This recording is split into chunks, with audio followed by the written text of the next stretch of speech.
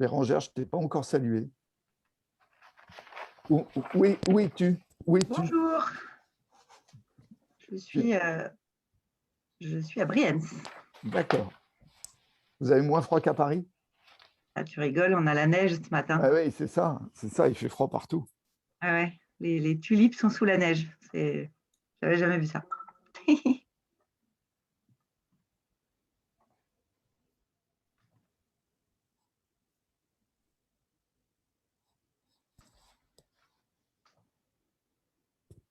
Valérie, ton titre exact maintenant, c'est quoi?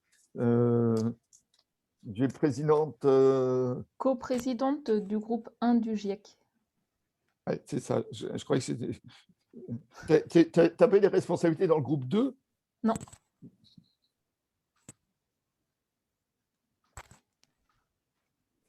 Alors, est-ce que, parce que ça, je ne l'ai pas vu dans le dossier de presse, est-ce que vous rappelez les ateliers? Oui, les débats, tout à fait, le 8. Il y a 2 tables rondes, 11h et 15h. Je vais le rappeler, ça.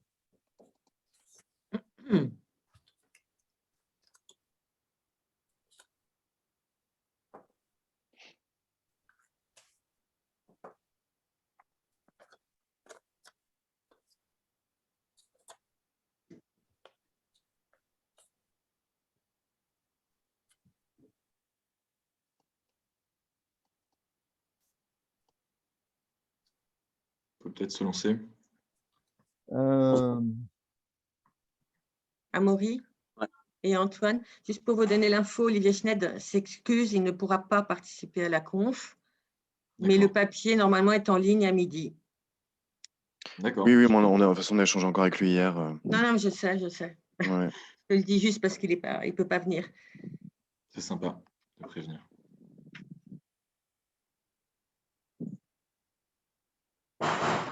C'est bon, allez-y, hein, tout le monde est entré. Vous pouvez commencer.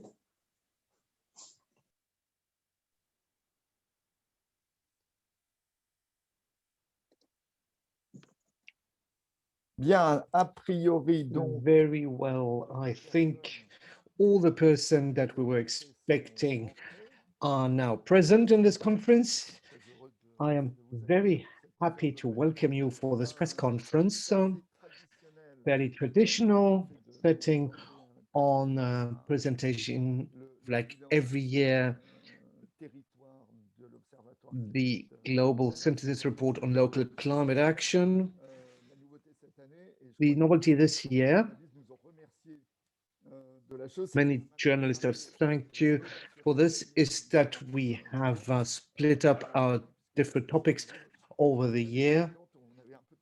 Last years, we had a kind of a tendency of throwing everything in the kitchen sink at you, the territory action, the financial aspects, etc. But since this year, we have split the presentation into the 3 reports, and they're presented all over the year.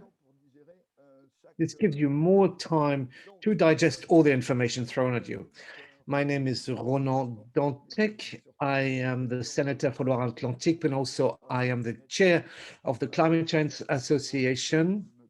For those who do not know Climate Change Association, we are in the galaxy of the different civil society groups that are working on climate change and trying to mitigate during the 21st century. We're trying to bring together all the non-state actors that have a tendency of all working in silos, local authorities, subnational governments, civil society, and do common advocacy, exchanging best practices on multiplying actions, creating favorable environment for action. And within this framework, for the past 3 years, we have been developing an observatory of climate change action at world level with non-state actors. It seems to be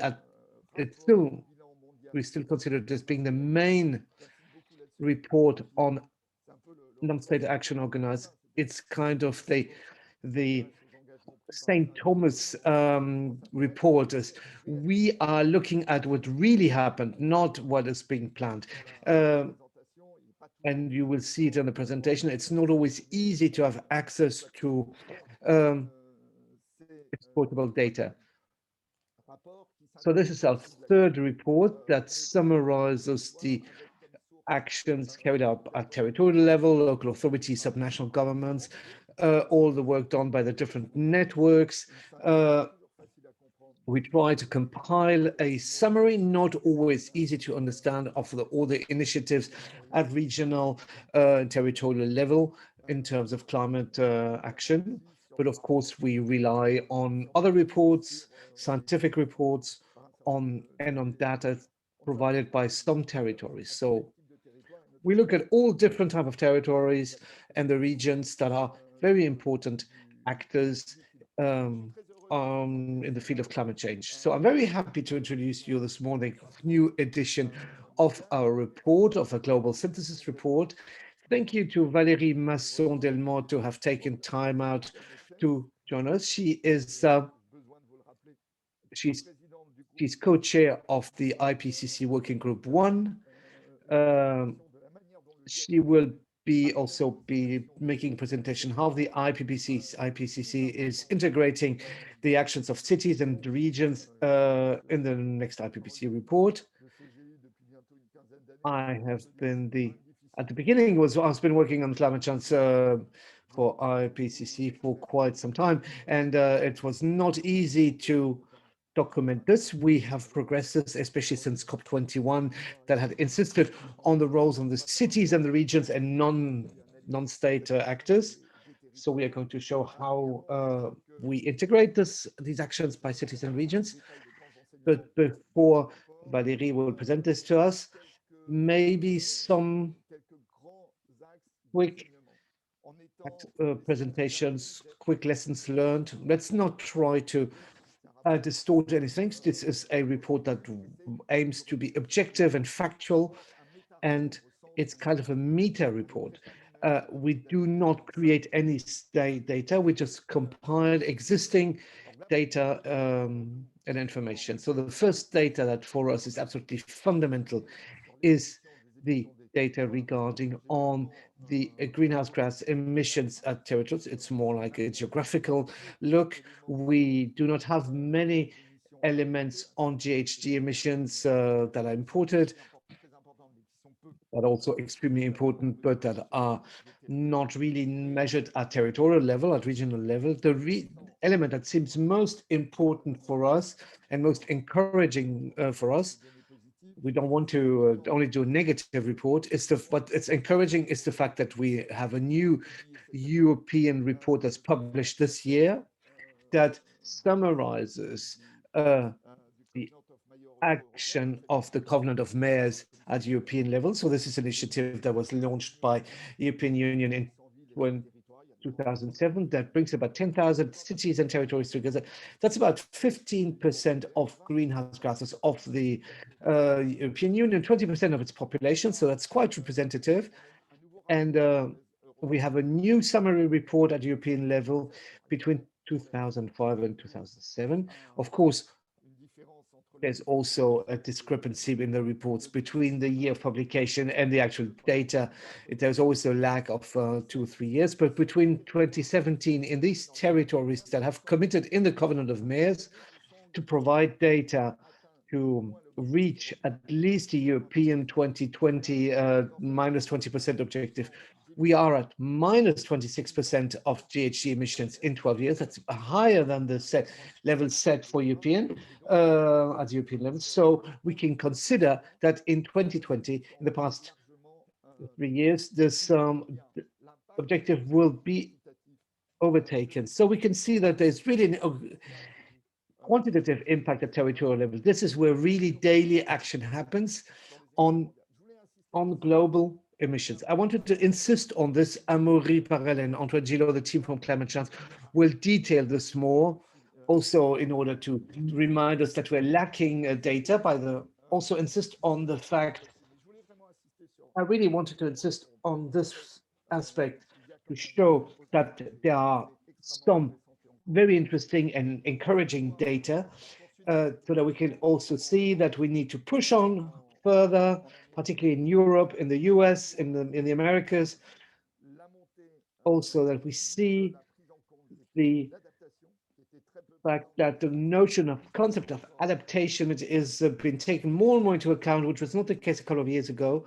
And we're also seeing the link with the Sustainable Development Goals, because of course the agenda of the SDGs and climate is an SDG. These are goals that can only work in conjunction. So a quick, brief introductory remarks, and I've forgotten to say, if you do not understand French, there is a interpretation provided. All you have to do is at the bottom of your Zoom screen, you should have a small globe in which you click on it. You can choose the English channel and you should be hearing the voice of the interpreter. So some major outlines of this new synthesis report. Again, I would like to thank the team of climate change, Amaury, who has been with us ever since the beginning, who's invested a huge energy in the drafting of this report and all the previous reports. Antoine Gillot, who's almost an old timer as well, and Tania Martin, and 4 people. It's a small team. There's other external contributors, which we would like to thank, but I would like to insist on the fact that it's a huge work carried out by a very small team, extremely committed team, and I would like to thank them for their commitment. I was saying, as an introductory remark, and I would like to thank Valérie to have taken time out to be with us this morning. Very long. We had trouble getting the issue of cities and regions in the scope of the climate action reports, and it's still the case, and we'll speak about this when we look at the summary of the initiatives for the Glasgow COP. Very often there are silo strategies per sectors, transport, industry, building, construction, and they are not so much focused, or at least points of view taken from the territorial point of view. So we had lots of trouble to fit this more transversal territorial approach into the strategies. I think that we have reached a milestone on this the past 2 or 3 years because of the scientific mobilization. We have achieved a certain number of issues.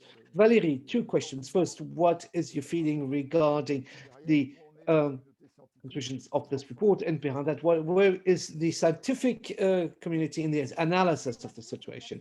Thank you to all of you. Thank you for this invitation to share with you some thoughts about the very detailed report, and congratulations to everyone who's contributed to it. The first thing I am noticing is the increasing influence of the cities and regions on the field and the implementation in certain cases of observatory actions and regularly follow-up actions, which is fundamental.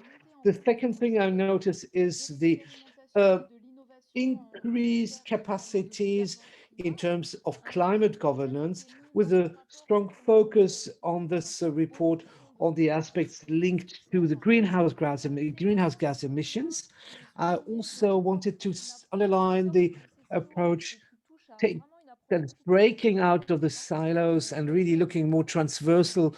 I'm going to come back to this later on, because this is an important point in the evaluation work of the IPCC conclusions. Also, the important role between the states, the cities and regions, the Länderinnen or the equivalent, as key actors of governance coordination, with also a focus on resources, on shared methods, on shared resources, on shared practices that allows us to be more explicit in the definition of the European framework of these actions carried out at cities level.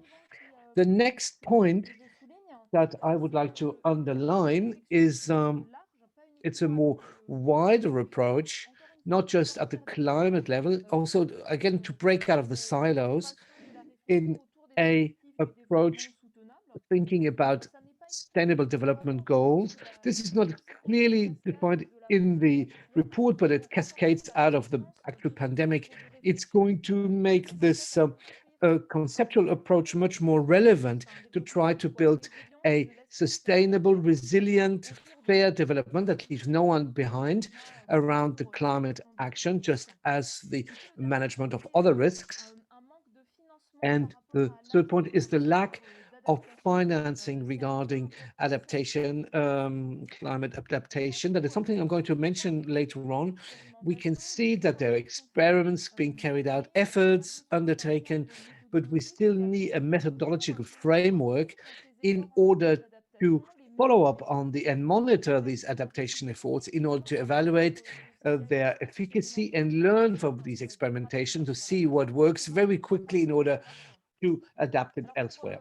For the second part of the question you asked me, the state of the art of where we're working on IPCC. IPCC is not carrying out any research. We compile knowledge. We're not prescriptive. We give a scientific state of play in order to help decision makers to make decisions based on the more objective, transparent, and factual data possible. In 2018, we have co-organized a major international conference on cities and climate change that provided a certain number of recommendations this time in terms of the needs for knowledge and information. It was specifically focusing on the fact that we needed to have systemic approaches for action at cities level, a need of knowledges that concerns the that supports the actions for climate in a very diverse landscape, depending on the context of these different infrastructures and organizations. There's also an important point regarding the scales of spaces of time and the fact that we are building information base of data that can be comparable across these different scales and time, which requires us to reinforce the cooperations between the academic world and the actors in the field, particularly in the cities, and finally the need to observe data, modelization tools, and scenario building tools at cities level that has been identified as one of the major topics for which there is a need for co-production of knowledges. Based on this, the IPCC has released 3 specific reports. The report on climate change underlines the importance of the cities as one of the 3 main sectors for transition. So reducing significantly greenhouse gas emissions, all the time being resilient in a changing climate.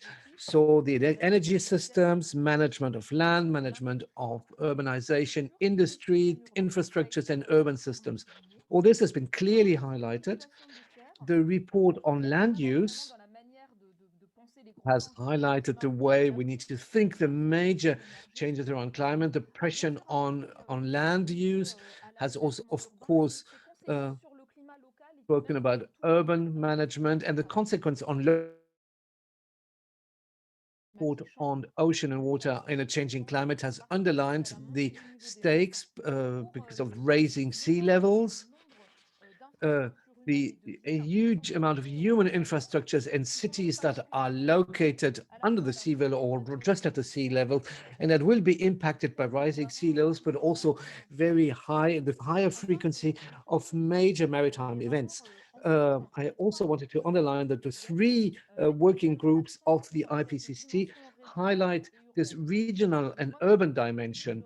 I co-supervise the next IPCC's report on climate changes that we're preparing for the next meeting that will be probably mainly virtual. And in this report, we look at the climate at the large scale, what has been observed, what has been understood, but also we zoom almost 1/3 of the report on information at regional level, the decision making, to support decision making, risk analysis.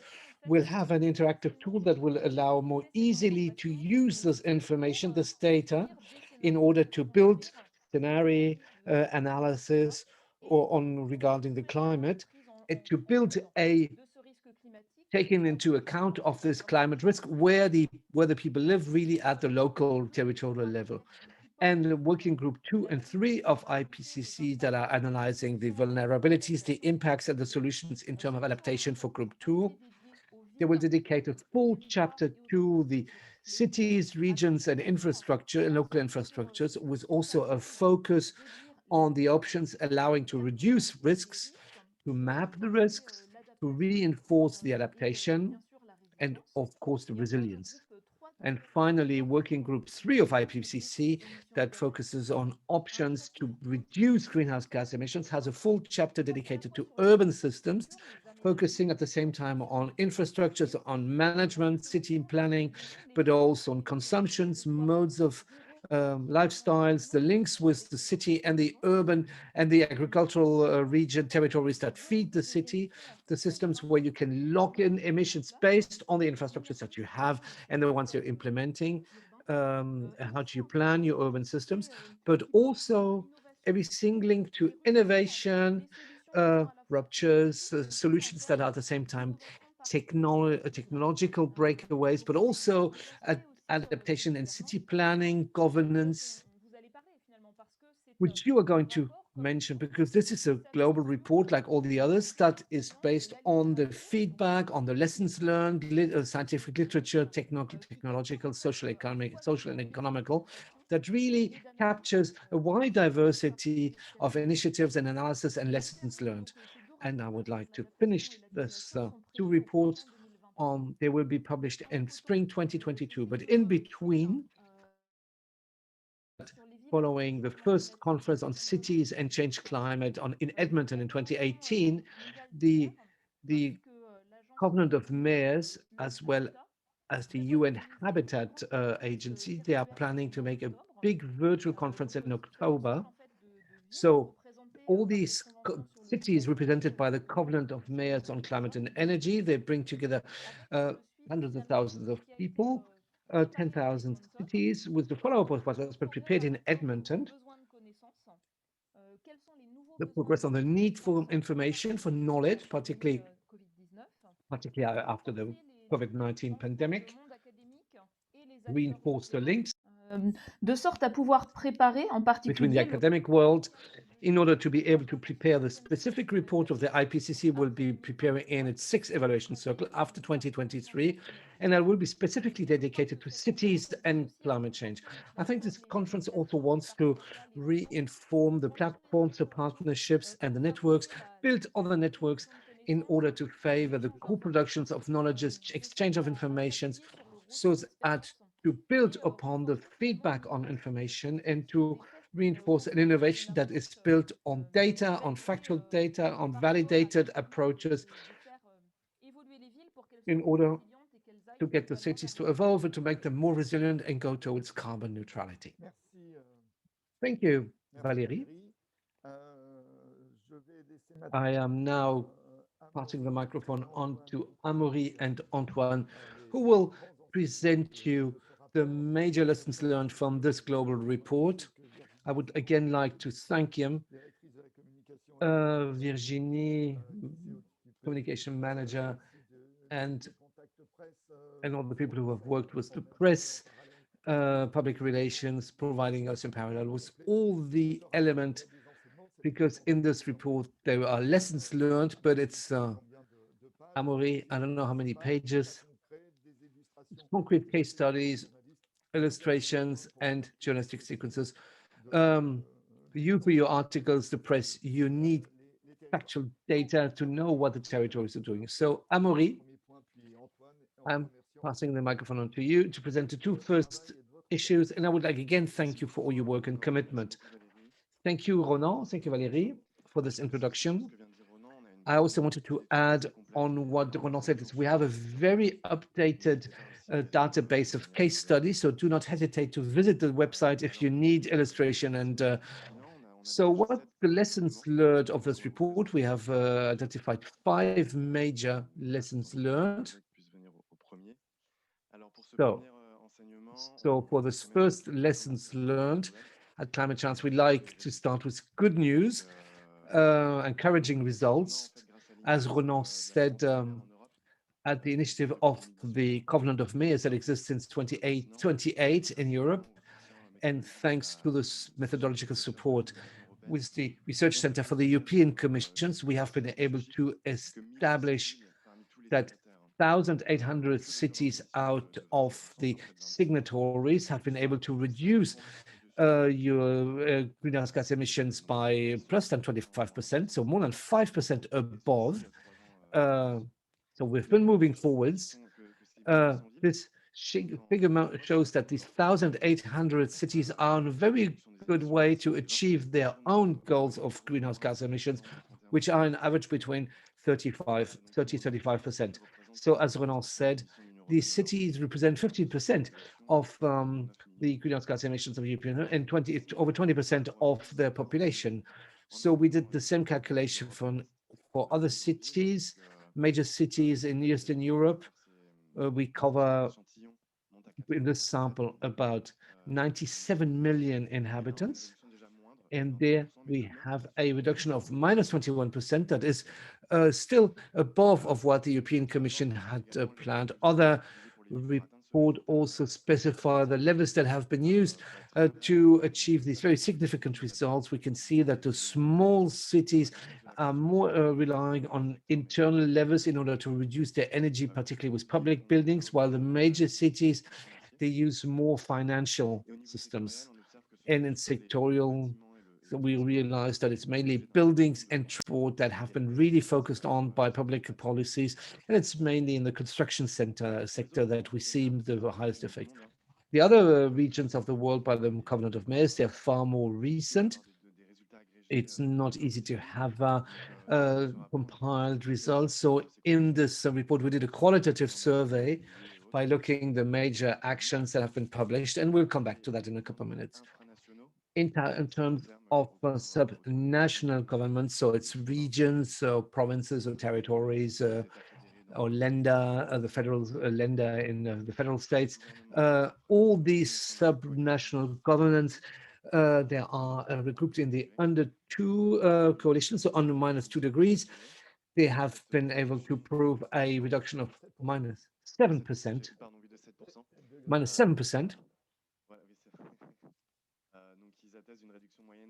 They can prove a reduction of greenhouse gas emissions by -7% between their reference year and their base year. So this covers different periods from one sub-national government by another. So, but it's 86 regions in the world. So this is lower than 2019. We calculated each year because the regions that have offset their emissions this year, they have changed a lot because of the pandemic. Some of them were not able to offset their emission, but nevertheless, it is a very positive signal because these regions, they represent 600 million inhabitants across the world and more than 10% of emissions worldwide, which continue to increase worldwide.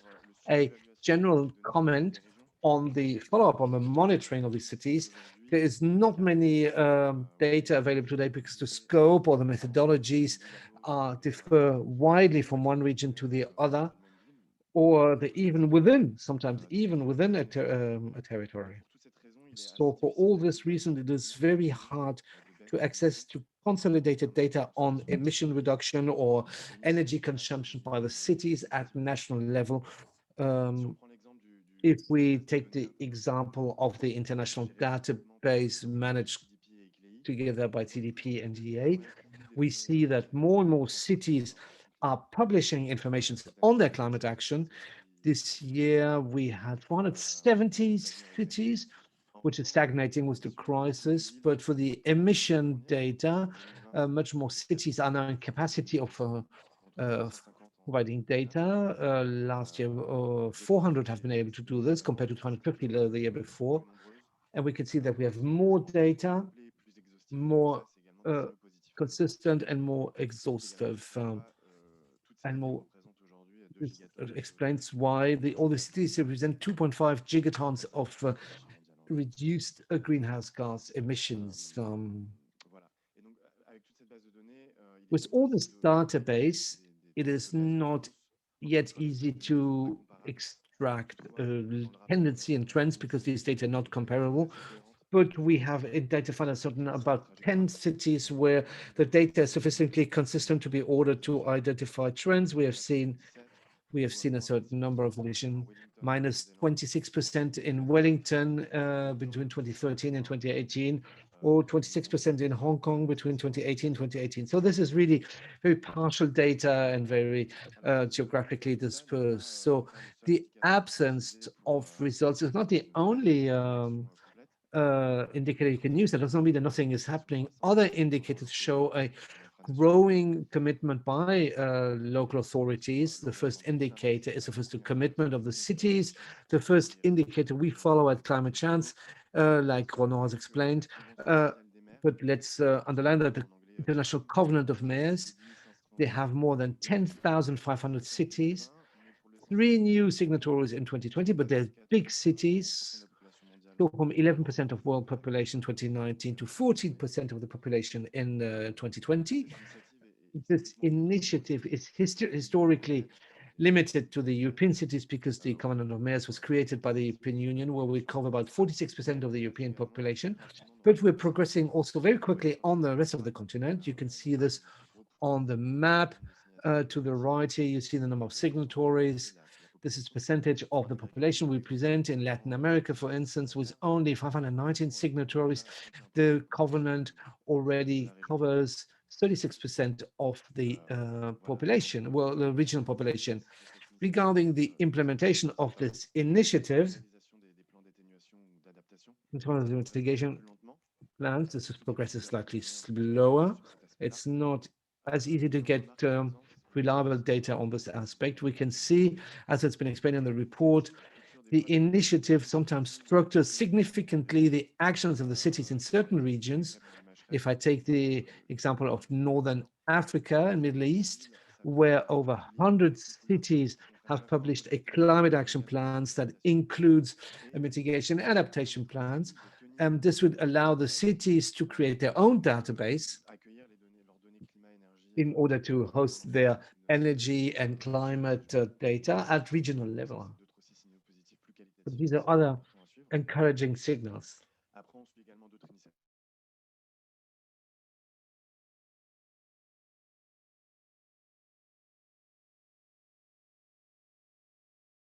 In this European initiative, that means that they've implemented more than 50% of the catalog of measures proposed by the initiatives.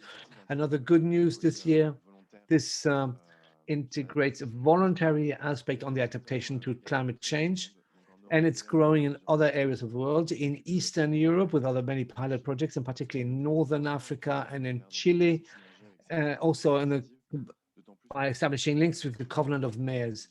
Also because the Energy Award is much more demanding than the other programs. In regarding local authorities, subnational governments, and the states, we are more on a declaratory manner because we don't have enough information on this. But it's interesting to note that among the regions that are part of the covenant or the coalition I've mentioned earlier, a certain number have given them, have committed to the IPCC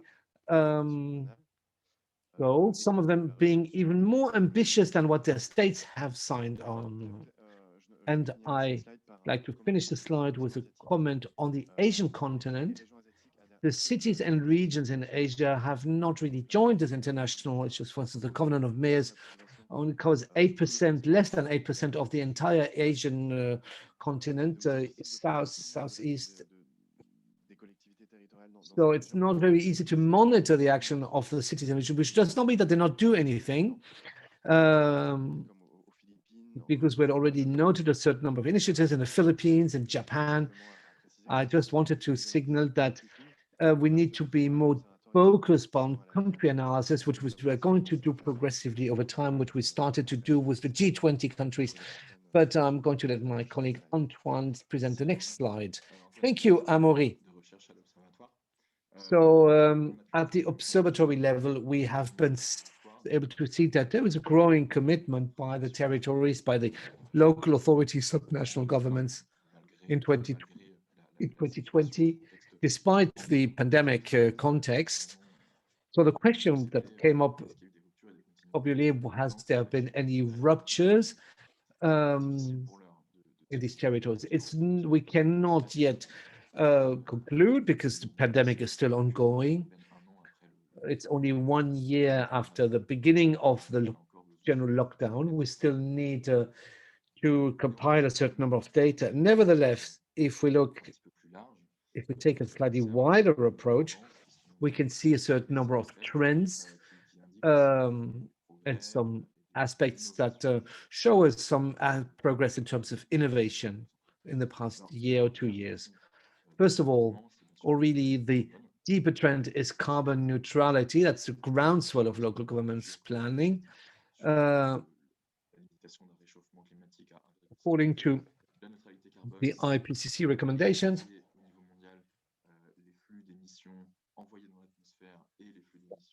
balance at worldwide level, the greenhouse emissions and the greenhouse capture. Par exemple, se sont saisis du mouvement, prennent de plus en plus d'engagement sur cette voie. C'est une étude du New Climate Institute qui date d'octobre 2020, qui nous fournit un chiffre agrégé au niveau mondial, The 826. Climate Institute study since October 2020 that shows us 826 cities and 103 had set a net zero target.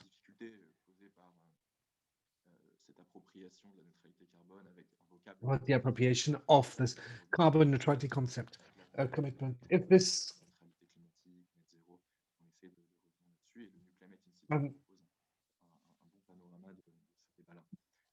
Dans ces engagements-là, on a 85% des objectifs qui sont accompagnés d'un plan. in this frame, we have 80% of the objectives that are being committed on under the form of a legislative commitment. So how do we achieve these objectives of the long term? This is where we go look at the concrete experience of the cities, what we have tried looking at the normative power of the cities, planification, planning, also their public procurement.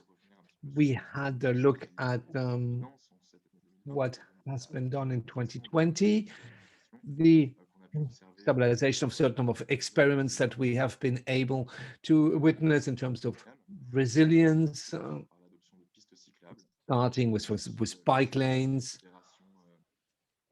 This is the figure of the European Cyclist Federation.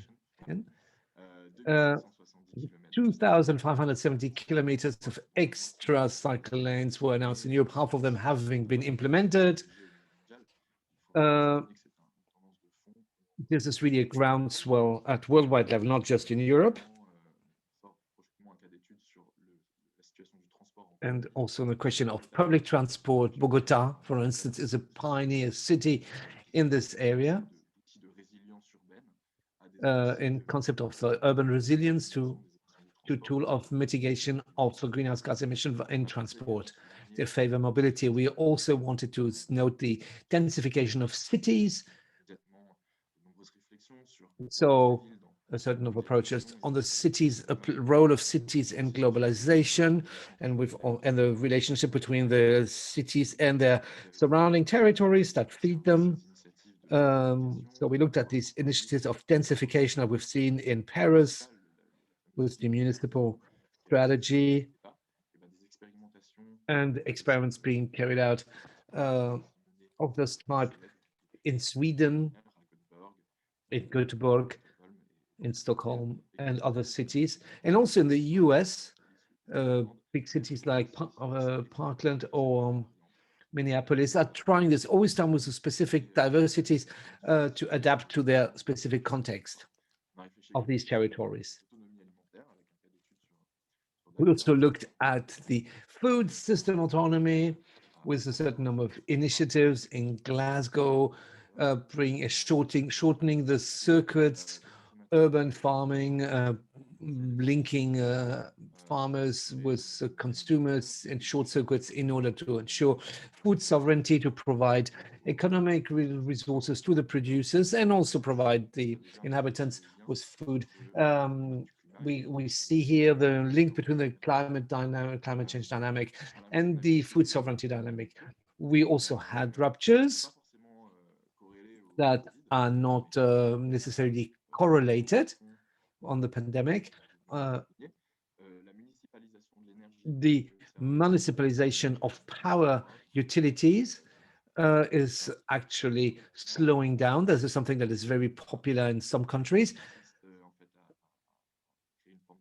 in consisting creating a public office to create the energy production and distribution. This is slowing down. We have seen some initiatives in Nottingham and in Bristol pioneer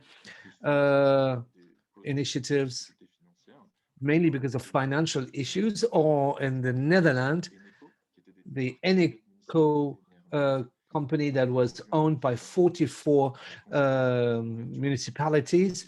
Because of the opening of the competition of the energy market in Europe, it was sold to a major energy group because the competencies of the energy distribution was not part of the municipality's mandate. But in order to provide with as a renewable power, more and more cities are taking commitments to only use 100% renewable power. We see a growing of the power purchase agreements at worldwide level. These are contracts signed by municipalities with providers, energy providers, particularly major cities, Melbourne, London. They're signing PPAs for renewable power, to have directly receive renewable power. This allows to safeguard financing for the companies who want to implement wider renewable, large-scale renewable energy projects, and also ensure infrastructure energy for these cities. And as Ronan mentioned, the necessity to fine-tune the monitoring through tools. We have seen a number of advances. Like the cities, after 5 years after the Paris Agreement, have been able to stabilize their emissions, and in order to reinforce their capacities with some technologies or innovate. We've seen this in Mexico, that have set up a atmospheric emission measures, very innovative atmospheric emission. There's Paris, for instance, has implemented the CO2 weather report, where the CO2 emissions are measured regularly on a regular basis. We have seen the Manchester carbon budget that allows to define over the long term the limits not to be in order to support decarbonizing and mitigation. Manchester has got some problem to meeting this carbon budget, but at least it exists, and it's a central part of the city strategy. And we also have the climate budget in Oslo that is being voted at the same time as the city budget. There's also a vote of the climate budget that is linked through actions that are piloted and that will orient all investment decisions in terms of innovation, in terms of energy, in terms of GHG, in order to be efficient and measurable from one year to the other. So this is the model on the innovation and experimentations. Thank you, Antoine. Let's try maybe to be shorter on the next points.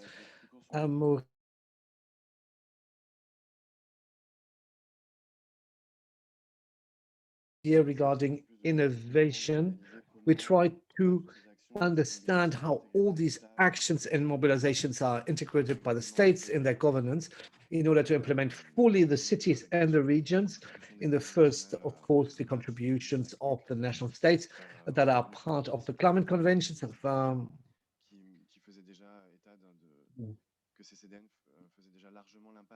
but already noted that these states were largely ignoring the integration of their local authorities and subnational governments, or the conclusion of a study that the NDC were very weakly included in the various strategies, particularly in urban level. For instance, only 20 NDCs in 2015-2016 had taken commitments regarding urban environment. Very often very sectorial, building, industry, transport, or waste, and they were not taking into account the concept of mitigation and attenuation linked to the densification, as Valérie has explained it very well. The second cycle of NECPs, we've looked at these data has progressed on about the 40 NECPs that, so about 60 countries, that is the map you can see on the right. Only a handful of them, and even less have implemented this, even less within their strategy of NECPs. So we can see that it's in Latin America where the coordination mechanisms is the most widely implemented, particularly in Peru, in Chile, in Argentina, or Colombia. I'm not going to go into too much into detail because time is running out. And also for Europe,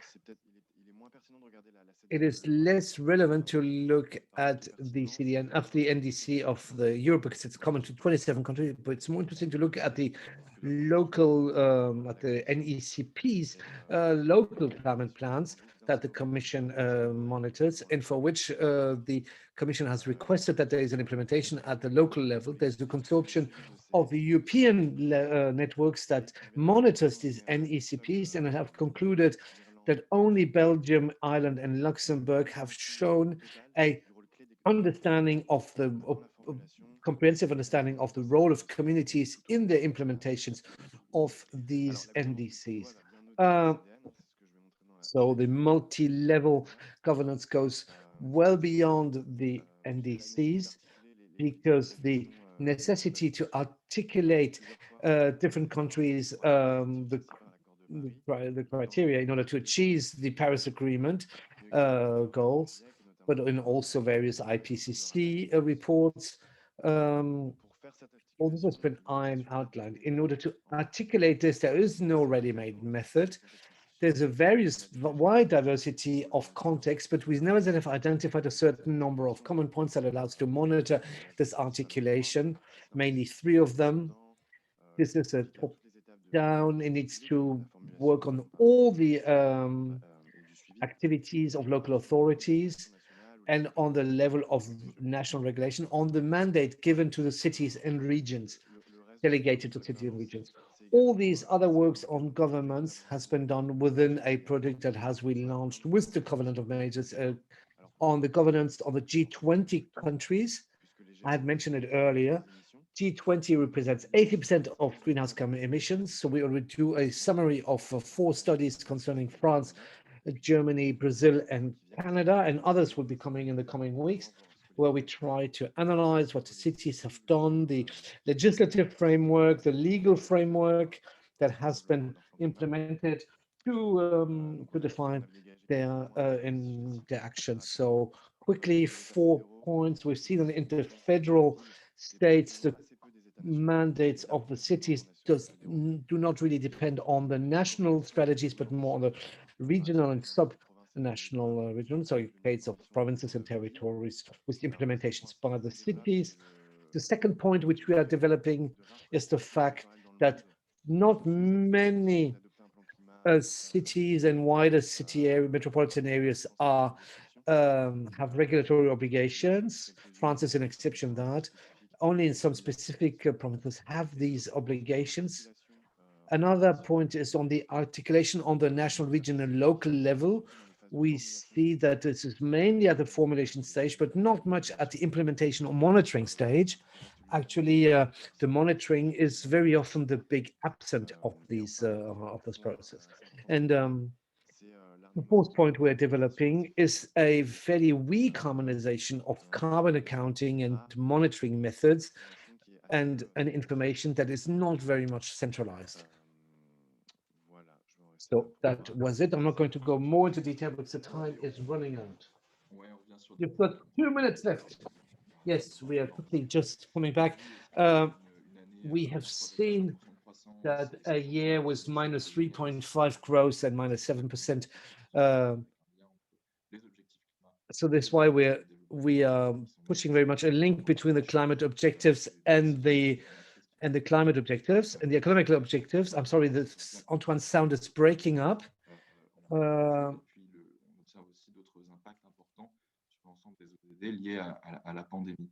Donc, dans ce même temps-là, nous, on a observé un certain In nombre the de... same time, we have seen a certain number of weak signals on the localization of SDGs in order to create long-term development plans integrated with the climate strategy based on the SDGs, and also to adapt existing projects like in Bogota.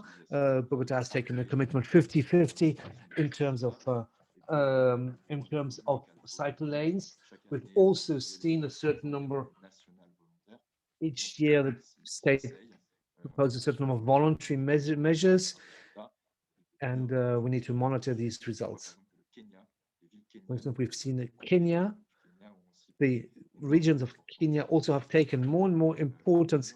They have finally taken measure of the importance of these challenges.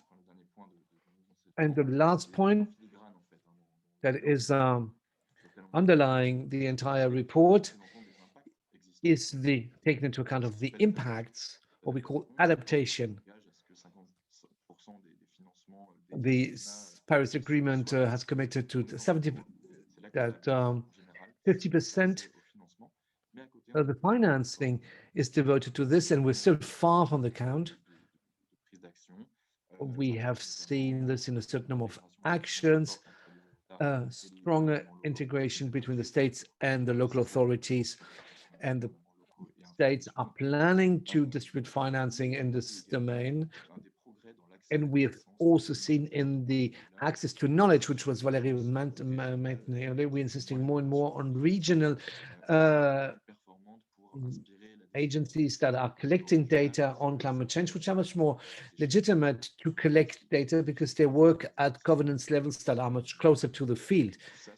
So all this is mentioned in the report. We are open to any questions you might have. Thank you, Antoine. It is just very intense, as always. I would like to thank again our partners that have provided financial support to do this observatory report. You have, of course, the ministries and the private companies, public institutions, ministries, and private companies that support us in the realization of this report. Some major quantitative results that have been mentioned by Amaury at European level, a trend that is still too weak in terms of the national goals that in order to reinforce the commitment of the states. And I think that we're the only ones that have been measuring this in such a detailed manner of the NDCs compared to the local authorities, the question of adaptation. You have seen all this. If you have questions, we still have some minutes left. Myself and Valérie, we're here to answer them. Just ask them in ask on the chat. First journalist question, or you can ask them directly by unmuting your microphone.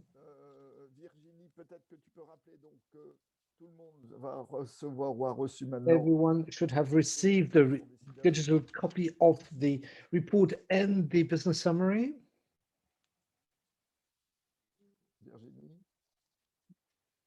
Tu n'as pas ouvert ton micro. Ton micro est fermé. Virginie? Bonjour. On est en train de le mettre en ligne, Renaud. Yes, we are just putting it online. Le communiqué et le résumé aux décideurs. Everyone should have received the report, the summary, and the business executive summary. So maybe the journalist over here will give you the link in the global report. I think it's important for the press. There are many very concrete case studies from territories. Amaury and Antoine have mentioned a certain number of them, which you can, of course, rely upon for your documents and analysis. You will be receiving a press communique quickly with all our contacts, so do not hesitate to contact us should you need more detailed information. Louis Salé for the journal L'Opinion. Yes, hello. Thank you for this presentation. I had a question to Amaury Parel regarding the case study on the multi-level governance that has been done in some G20 countries. I was wondering if in France, the study shows that there's a certain weakness in terms of the articulation between local authorities and the state authorities in France. Have we noted a lethargy, problematic lethargy at regional level? Because in the cities, even though the regional level, we should be thinking about to have a more ecosystemic, in order to have a more ecosystemic approach. So all the answers to your questions are not in the report. Nevertheless, I would kind of modulate this, saying that the challenge is, of course, to articulate the various scales, but part of the daily life happens in the communal level, in the local authority, local level, not only in the territories, but in the cities. So the impact of the regions have a planification role. The first role will be to be, I had defended a legal act that says to have a climate active with clearly quantitative objectives. They are fairly vague in terms of ambitions, but at the moment where this rather PCAT ambition, how does this combine when the new teams will have to implement these first plans? On the PCAET, here we have figures. The implementing has been slow, but almost now today, all the conurbations have now engaged their climate plans. So we are kind of halfway. I don't know if this answers your question, but nevertheless, the study that we have carried out with our partners and with ADEME and shows that that is not being highlighted enough, that the normative program that is the most advanced at the moment at territorial level, which we've analyzed, including Germany, one of the most normative with the obligation of a climate plan and climate, that we are, the France is the one at the forefront, we're the one that went furthest in this implementation. And just to add this, for the same reason, this kind of give an idea that we compare 3 federal countries with 1 centralized countries. We try to look at also other centralized country, but yes, the level of action of the cities is less dependent on the region in France than what we can see in Germany or in Brazil, which can lead to attitude impression of lethargy. But that is not the case, because all the major cities have presented their climate plan. There is no common platform to monitor these various plans, so that makes the attribution of data a little bit more difficult. But the Climate Council has devoted a major part of its latest report to the regions, and so we've been able to see that there's a certain number of data already available and some things. But yes, the articulation between the regions and the cities is maybe less strong than in other more federally organized countries. Here, there's more direct relation, there's more support in the federal states for the regional and from the subgovernmental region. Actually, we will have to go more into detail the financial articulation between the territories and the national level, which is very complex. We actually are going to ask the IPCC to do a more specific report on this, because we could spend quite some time on that. It's extremely complex. Do you have any other questions? Oui, bonjour. Yes, hello. Olivier Schlema, journaliste. Olivier Schlema, I am a journalist for DLF. I would like to, could you please make maybe a focus on the region Occitanie, the southwest of France? Did you have a specific question? Yes, how are they cutting off? Are they making any efforts in order to reduce their CO2 emissions? We have a small case studies which we have not published. We have in an information box. I'll not be able to go very much further than this. Yes, we have seen a very regular lowering of emissions since 2005, not in the field of transport. I think that is maybe the weakness of the Occitanie region. But there's a good rail plan. I think we are mentioning it in the case study. The lowering comes mainly from the industry and the construction industry and the isolation of buildings. What is interesting in Occitanie, d'avoir conçu en fait 2 plans climat pour des écosystèmes propres de la région. Donc on les cite, on les to développe. find 2 climate plans for this region on these 2 levels, one for the sea area, one for the mountain area, defined by the sea parliament and the mountain area parliament. But it's quite interesting because it allows us to bring actors that are more transversal, more around a ecosystem. That is quite an interesting approach. The region has also set up a citizens convention with about 100 people interrogated. The propositions have been voted directly at the regional council later on. I don't know if we have given you the link. Yes, I'll be able to find the link. I can give you the articles and I can send you the articles if you're interested, if you need that as background information. Then we are more general, but in Occitanie, very important, the climate energy agencies, the public agencies that are basically the publishing arm of the national strategies, implementation arm of the national strategies. And we've did also a discussion with the local authorities and the territorial groups in order to fine-tune their actions at local level. Thank you very much. This also contributes to improving the articulation between the local and regional, which is harder in France because it's not defined in regulation as it happens in more federal states. And the last question from Occitanie, how is your association financed? How are you? Who's financing your works? Maybe I'm going to ask our chair to answer. We are 50-50 private and public funds, lots of partnerships, public partnerships, particularly with the ADEME, the National Agency for Environmental Transition, the National Cooperation Agency for Development, the Ministry of Environment, and the international relations, because we have an international network. We have lots of coalitions with foreign countries, other countries, particularly in Africa. And then we have some public, private companies that contribute to on specific actions. It's about 50-50 in terms of financing. I haven't said it. We'll be in Senegal in a couple of days to prepare this, the first next Climate Change Africa Convention, which is kind of the convention of non-state actors in terms of climate, will happen in Dakar very soon. With the focus on the questions of mobility. It will be in presence. Of course, it's planned to be face-to-face. We don't know how the situation will be in September, but we hope to have at least about 100 people face-to-face, meeting face-to-face in September. And this would be the first major climate event, international climate event, face-to-face on the African continent.